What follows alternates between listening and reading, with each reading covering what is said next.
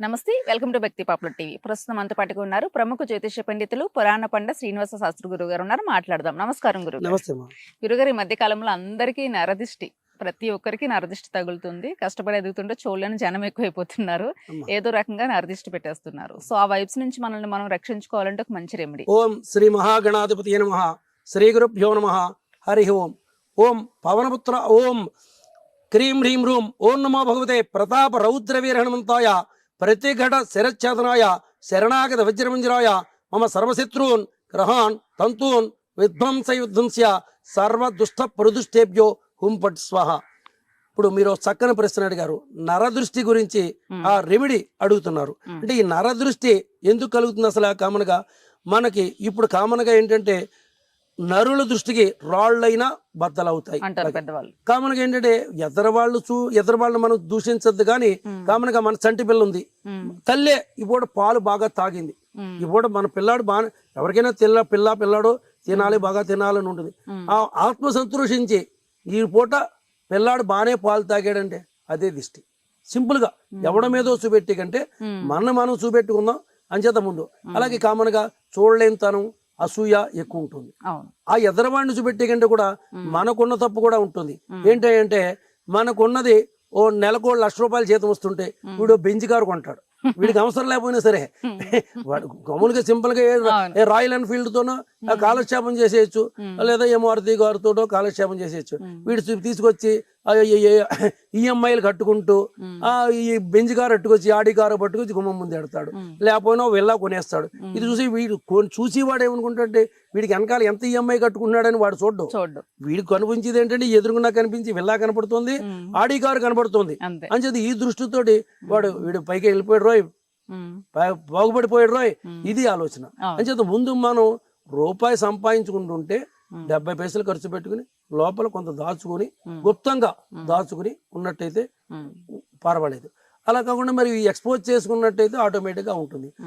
అలా కాకపోయినా ఇంకా మరి కొన్ని తప్పవు కదా, కొన్ని సందర్భాల్లో పెళ్లిళ్ళలోను వాటిలోనూ చూపెట్టుకోవాల్సి ఉంటుంది. అలాంటప్పుడు కూడా చూసి కూడా ఏడలేనితే అప్పుడు ఆటోమేటిక్గా ఆంజనేయ స్వామి మంత్రం ఉప్పు ఆవాలు దిగదుడిచి మనం మంటలో వేసేసినట్టయితే ఆటోమేటిక్గా ఈ నరదృష్టి నరగోళ పోతుంది. అదే విధంగా అమ్మ బూడిద గుమ్మడికే అంటే అది కూష్మాండాదేవి, దానికి అధిష్టాన దేవత. బూడిద గుమ్మడికాయ అంటేనే అది కూష్మాండం అంటారు సంస్కృత పదం. అధిష్టాన దేవత పేరు కూష్మాండాదేవి. ఆవిడ మనకి దసరా నవరాత్రుల్లో కూడా ఆవిడది ఒక అవతారం. కూష్మాండాదేవి ఒక అవతారం. ఆ కూష్మాండాదేవిని గనక మనం ఒక కూష్మాండాన్ని మనం తీసుకొచ్చి దానికి శుభ్రంగా పసుపు రాసి ఓంకారం రాసి కానీ గుమ్మడికాయ కానీ లేదా చెట్టు నుంచి రాలిన కొబ్బరి పండు కానీ, కొబ్బరికాయ చెట్టు నుంచి రాలింది కానీ తీసి ఓంకారం రాసి ఎదురుకు రోడ్డుకి కనిపించి ఇలా పెట్టినట్టయితే ఆటోమేటిక్గా నరదృష్టి పోతుంది. ఈ ఉప్పు ఆవాలు ఈ మంత్రం అనేది ఆంజనేయ స్వామి మంత్రం. ఆయన తోకరాజు చేయలేదంటూ ఏమీ లేదు. అయినా ఎలాంటిదైనా అక్షయ కుమారుడు అంతటి వాడిని 1000 మంది 100 మంది రాక్షసులకు ఉన్న రావణాసురులకు ఉన్నంత బలం ఒక అక్షయ కుమారుడిగా ఉంది. అలాంటి వాడినే శిరచ్ఛేదం చేసి పడేశాడు. అంచేత ఈ నరదృష్టి పెద్ద ఇదేం కాదు. ఓం పవనపుత్రాయ వైశ్వానర ముఖాయ కృత్రిమ కుతంత్ర ప్రాణఘాతక దిష్టి ఈం ఈం ఓం ఫట్ స్వహ. ఓం పవనపుత్రాయ, ఓం ఆంజనేయ స్వామి, ఓం పవనపుత్రాయ వైశ్వానర ముఖాయ అంటే జ్యోతిలా అగ్నిలా వెలుగుతున్నటువంటి వైశ్వానర ముఖాయ కృత్రిమ అంటే చూడలేంతరం వాడు దృష్టి, కృత్రిమ కుతంత్రం వాడే బాగుపడిపోయాడు, వీడికి ఏదో అయిపోవాలి అంటే శాపనార్థాలు ఎడుతూ ఉంటాడు అనమాట. వీడికి ఇదే పని, వాడు ఏదో అయిపోవాలి, వీడు ఇలా బాగుపడిపోయాడు కనుక రేపు సాయంకాలానికి ఏదో అయిపోవాలి అని వాడికి పక్కవాడి ఇంట్లో కరెంట్ ఉందా లేదో చూసుకుంటాడు. వీడింట్లో కరెంట్ పోయిందని ఏడవడం, వీడింట్లో బాగుండాలని ఏడిస్తే బాగుంటుంది. ఓం పవనపుత్రాయ వైశ్వానరమోయ కృత్రిమ కుతంత్ర అంటే వాడు కుతంత్ర ప్రాణఘాతక దిష్టి. ఈ దిష్టి ఎంతవరకు వెళ్తుందంటే ప్రాణాన్ని తీసేసేంత వరకు, అంటే ఏ అపోలో హాస్పిటల్లో ఎక్కడో జాయిన్ అయిపోయేంత వరకు వెళ్ళిపోతుంది. కృత్రిమ కుతంత్ర ప్రాణఘాతక దిష్టి ఈం ఈం హుం ఫట్ స్వహ.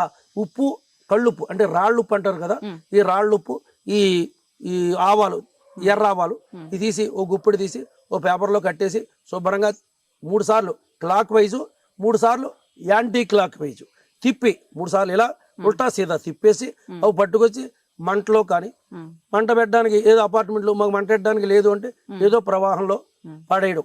ఓకే. అంటే ఈ ప్రవాహంలో ఎలాగైతే కొట్టుకుపోయింది ఉప్పు కరిగిపోతుంది కదమ్మా, సరిపోతుంది. నీళ్ళలో కరిగిపోతుంది కదా, అవును. అలాగే ఈ దిష్టి కూడా అలా కరిగిపోతుంది. ఈ సింపుల్ రెమెడీ చాలా బాగా పనిచేస్తుంది. అది శాస్త్రంలో చెప్పబడింది. ఉప్పు ఆవాలు దిగదిడిసినట్టయితే అది కాకపోతే ఏంటంటే మనం ముందు ఇది కూష్మాండం అదే బూడిద గుమ్మడికాయ ఇంట్లో కట్టుకోవడం, అదే విధంగా మనం లోపలికి వచ్చినప్పుడు కూడా కాళ్ళు కడుక్కుని లోపలికి వచ్చేవాళ్ళం పూర్వం.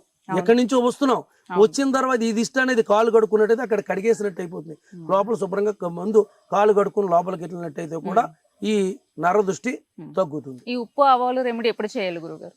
సాధ్యమైనంత మట్టికి రాత్రి టైంలో సూర్యాస్తమానం తర్వాత, మనం సూర్యాస్తమానం తర్వాత అంటే పగలు సూర్యుడు బలవంతుడు, రాత్రి శనేశ్వరుడు బలవంతుడు.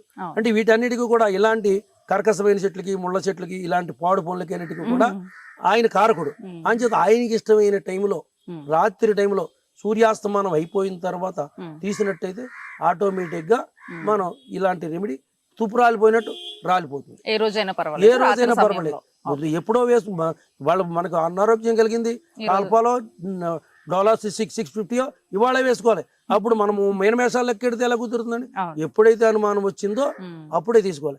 అలాగని మనం ప్రతిదీ కూడా ఇంకోటి ఏంటంటే మన వాళ్ళలో కూడా కొంత ఇది ఏంటంటే మైనస్ పాయింట్ కూడా ఉంటుంది. మన ఎదర మనిషి పెట్టే కంటే కూడా ప్రతిదీ కూడా ఇవాళ పట్టుచీర కట్టుకెళ్ళాం అంచేత మనకి ఏదో దిష్టి తగిలేసింది అనుకుంటే తగలపోయినా తగిలేస్తుంది. వీడు దృష్టి చేత వీడు అనుకుంటూ ఉంటే అనుమానం పెనుభూతం. అది తాచుబాం తాడది, మన తాచుబాం కింద చూడకూడదండి. అలాగ సాధ్యమైనంత మట్టికి మనకి ఇదేమి లేదులే అనుకుంటూ ఉండాలి. నిజంగా తగిలినట్టయితే ఓం పవనపుత్రాయ వైశ్వానరముఖాయ కృత్రిమ కుతంత్ర ప్రాణఘాతక దిష్టి ఇం ఇం హుం ఫట్ స్వహ అనే మూలమంత్రాన్ని ఇలా ఇది ఎక్కువసార్లు చెప్పకలే, ఒకసారి చెప్పుకుని ఇలా తిప్పేసి ఆ మంటలో కానీ నీళ్లలో కానీ పడేస్తే ఆటోమేటిక్గా ఎక్కడి నుంచి అక్కడికి పోతుంది. మువ్వలా ఉంటాడు మనిషి. ఓకే గురుగారు, నమస్తే.